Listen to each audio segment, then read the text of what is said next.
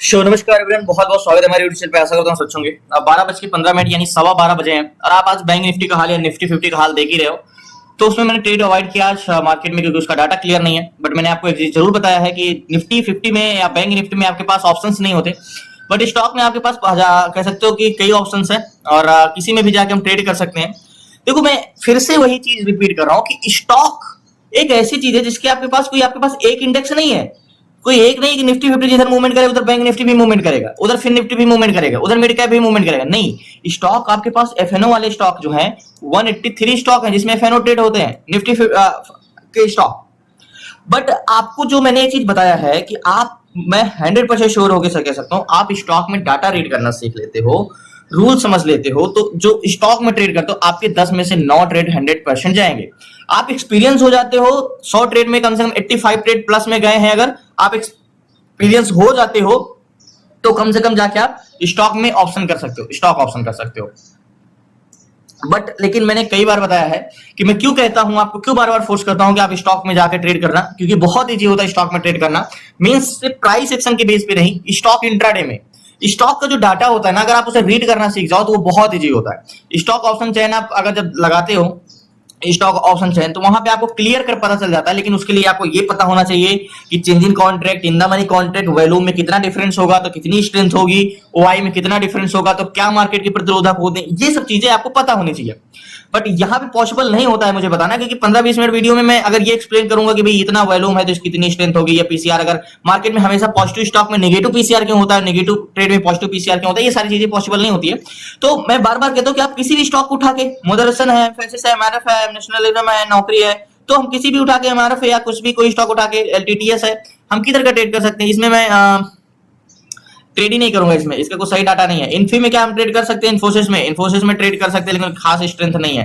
तो यही चीज है, हिंदू कॉपर में है, हिंदू कॉपर में ट्रेड कर सकते हैं, बेरिश या बुलिश, इसमें भी मैं नहीं कर सकता, सही डाटा मुझे नहीं मिल रहा है। तो जब मैं डाटा इनसाइड पता चल जाएगा कि इसकी स्ट्रेंथ क्या है। देखो, प्राइस एक्शन, हाँ इसमें मैं बेरिश ट्रेड कर सकता हूँ 7,000, 14,000, 26,000, 14,000, लेकिन कंफर्मेशन मोस्ट इंपॉर्टेंट है। इसमें भी टाइटन है, यहाँ पे उतना ज्यादा स्ट्रेंथ नहीं, लेकिन कंफर्मेशन चाहिए, रिवर्सल होने के चांसेस ज्यादा होंगे इसमें। तो जो मैं डाटा रीड करना जान जाता हूं तो मुझे अंदर से पता चल जाता है। मैंने क्या बोला, चार्ट पैटर्न्स या चार्ट आपका एक मॉनिटर का काम करता है। देखो, बेरिश है मार्केट, मैंने बताया, लेकिन इसकी मार्केट कहां ओपन हुआ, 9:15 बजे। यहाँ पे मार्केट ओपन हुआ high low high low high low, ये हाई लो, और मार्केट यहाँ से क्या कर रहा है, कंसोलिडेशन कर रहा है, फिर यहाँ से नीचे जा सकता है। मतलब बहुत ज्यादा इसकी स्ट्रेंथ नहीं है बेरिश है। तो मैं कैसे बता देता हूँ कि मार्केट की स्ट्रेंथ है या नहीं है, सारी चीजें डाटा ही तो रीड करता हूँ, और कुछ तो नहीं मेरे पास की नहीं। मैं कैसे और कुछ, मैंने पहले से कोई भी स्टॉक उठा के देख लो, कोई भी स्टॉक उठा के देख लो आप। अतुल है, अतुल में क्या ट्रेड बनेगा, बेरिश है, लेकिन कोई खास स्ट्रेंथ नहीं है, कुछ भी रूल्स नहीं है। अबाउट इंडिया, अबाउट इंडिया में क्या इंटेंशन है, अबाउट इंडिया में बोथ साइड मार्केट है, कोई भी ट्रेड इसमें मत लेना, क्योंकि इसका अगर आपको सिर्फ अब मुझे अबाउट इंडिया मान चलो मैं चला गया ट्रेड लेने, अब मुझे प्राइस एक्शन का नॉलेज है, सिर्फ मुझे चार्ट पैटर्न्स पता है, डब्ल्यू पैटर्न्स या वी शेप, कुछ भी पता है सिर्फ। अब मैं चला गया अबाउट इंडिया में ट्रेड लेने, मैं कह रहा हूं अभी इसमें ट्रेड नहीं करना चाहिए, ये बोथ साइड मार्केट मूवमेंट कर। अब आप चले गए अबाउट इंडिया में ट्रेड लेने, बट मुझे तो पता है ना कि मूवमेंट ही नहीं करेगा। अब आपको क्या है, आप देखो बोथ साइड मूवमेंट, मार्केट कहां पे ओपन हुआ, यहाँ पे ओपन हुआ, यहाँ पे नीचे गया पहले, फिर ऊपर गया, फिर नीचे आया यहाँ तक, फिर ऊपर गया एंड फिर नीचे आ रहा है। तो ये क्या मैं इसको बोल सकता हूँ बोथ साइड मूवमेंट, इसी को तो बोलते हैं बोथ साइड मूवमेंट, यानी दोनों तरफ, ऊपर भी जा रहा है नीचे भी आ रहा है, ऊपर भी जा रहा है नीचे भी आ रहा है, तो मेरे स्टॉप लॉस तो हिट करेगा ना। तो इसीलिए मैं कहता हूं कि आपको इनसाइड नॉलेज होना बहुत जरूरी है, डाटा रीड करना बहुत जरूरी है, ये सब चीजें। तो लास्ट तक बने रही। इसमें एक स्टॉक ढूंढते हैं। अब मैं जैसे सिर्फ हम सीट्स की बात करते हैं, सिर्फ सीट्स अगर मैं दे भी दूंगा तो आप सिर्फ सीट्स से नहीं कर सकते हो। सीट से एक हमारा ये चीजें आसान कर देता है कि भाई हम चलो इतने सारे स्टॉक में से हमें कोई स्टॉक मिल जाता है जो फिल्टर करके हमें 183 स्टॉक में से हमें ट्रेड करने की जरूरत नहीं पड़ती, हमें कुछ लिमिटेड स्टॉक मिल जाता है। लेकिन उसके साथ साथ आपको ऑप्शन चेन देखना तो आना ही चाहिए ना, ऑप्शन रीड करना तो आना ही चाहिए ना। तो सबसे पहले इसमें 2 स्टॉक ढूंढते हैं। पीएनबी सबसे पहले मुझे दिख रहा है, लेकिन पीएनबी में मुझे ट्रेड करना नहीं है, क्योंकि मैं अक्सर स्टॉक जो 500-400 के नीचे प्रीमियम वाले होते हैं उसको मैं ट्रेड नहीं करता हूँ। 739 है टाटा कंज्यूम, सेलिंग के लिए यस है, लॉस है -9 है, डेप्थ इसका देखना। तो स्टॉक ढूंढते लास्ट तक बने।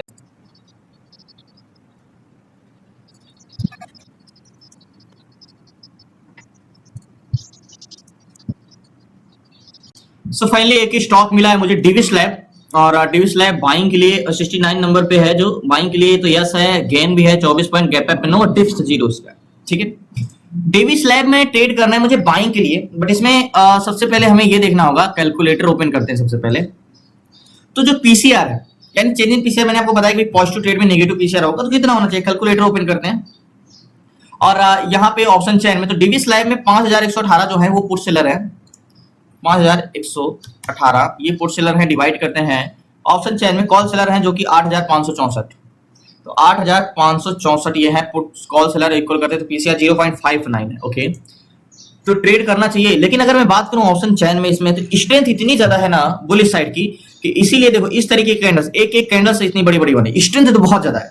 मींस टारगेट हमें बड़ा मिल जाए बट थोड़ा क्या है हमें ये चीज देखना होगा चेंज इन पीसीआर हमारा कॉन्ट्रैक्ट किधर का बन रहा है, तो निफ्टी ट्रेडर में जाना होगा मुझे और यहाँ पे देखना होगा change in PCR, change in OI, DV slab यहाँ पे।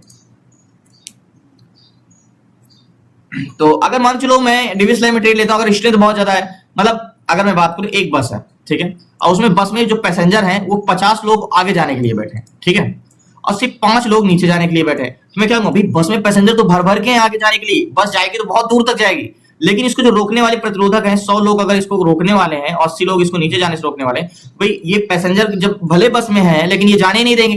तो यही सेम मुझे ये देखना है, कॉल्स वाई तो बढ़ रहे हैं, कॉल्स वाई यहाँ पे भी 4600 पे भी कॉल्स वाई तो चेंजेस हुए 85,600 और यहाँ पे 1,05,000 चेंज इन वाई, सॉरी ये तो ओपन इंटरेस्ट है, चेंज इन वाई पे यहाँ पे तो पुट सेलर ही बड़े हैं खैर, और कॉल्स वाई पहले बड़े थे।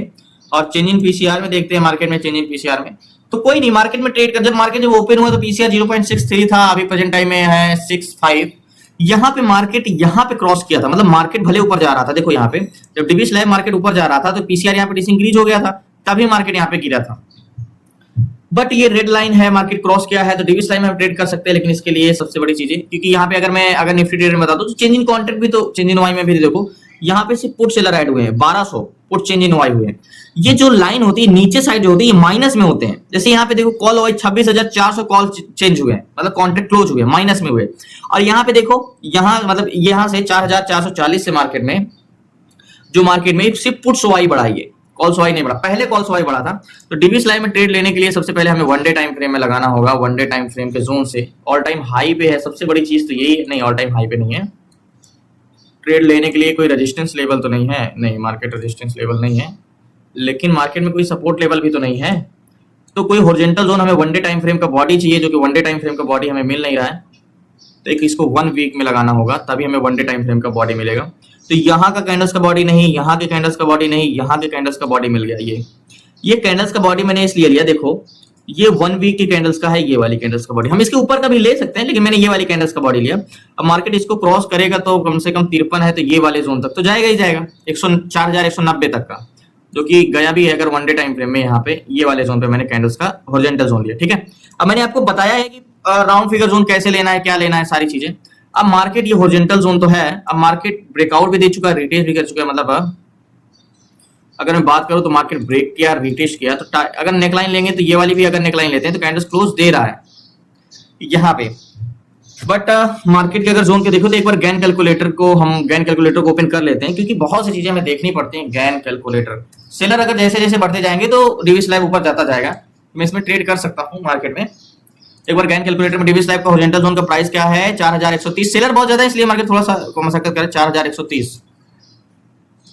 4,130 कॉल, ये है हॉरिजॉन्टल जोन कैलकुलेटर कहते हैं भैया। 4,144 के ऊपर 4,158, 4,174, तो मार्केट तो अभी 4,155 चल रहा है, तो वेट करते हैं इसमें थोड़ा सा, अगर इससे बेहतर कोई मिलता है तो देखता हूँ। सो फाइनली 4,130 से मार्केट कम से कम इस जोन तक तो जाएगा ही, 4,175 तक, तो मैं इस पे ट्रेड लेता हूँ।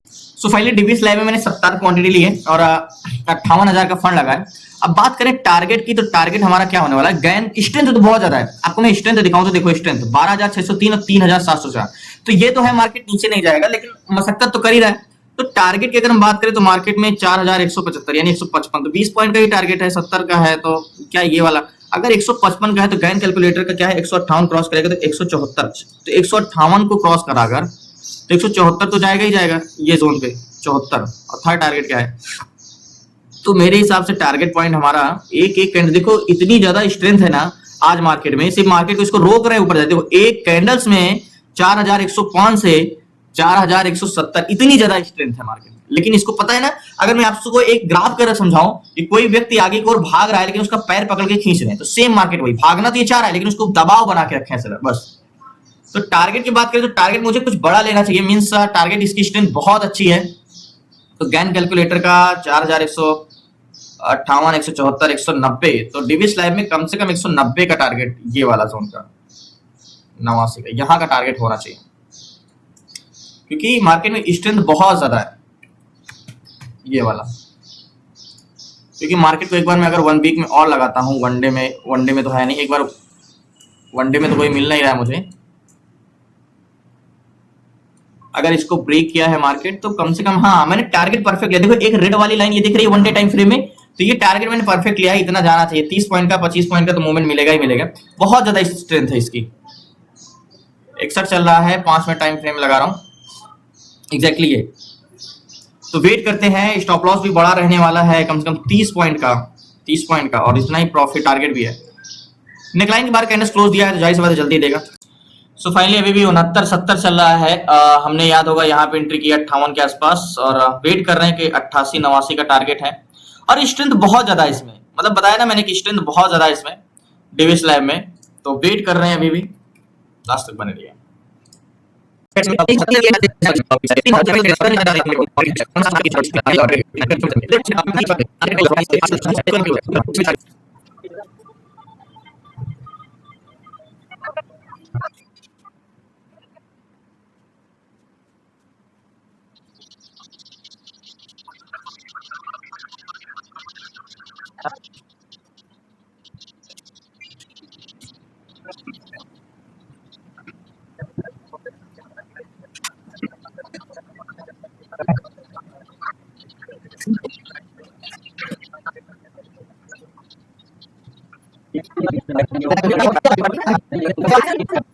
सो फाइनली गैन का जो पहला टारगेट है, वो सेकंड टारगेट है, वो 4174 का है, जो कि डेविस लाइन में 174 का, तो बार बार यहाँ से रेजिस्टेंस ले रहा है, 74 से एक बार हो रहा है। तो मैं यहाँ से मार्केट को स्क्वायर अप करता हूँ पोजीशन, क्योंकि मैंने यहाँ पे ट्रेड लिया था 58 पे, तो मुझे 14-15 पॉइंट मिल रहा है। मैं यहाँ तक नहीं रुकूंगा, क्योंकि बार बार रेजिस्टेंस ले रहा है, हो सकता है मार्केट फिर इसको टेस्ट करने, नीचे तो नहीं गिरेगा वो मुझे पता है, लेकिन हो सकता है फिर इसको टेस्ट करने। तो 74 पे जा रहा है बार बार, तो मार्केट में यहाँ पे स्क्वायर अप।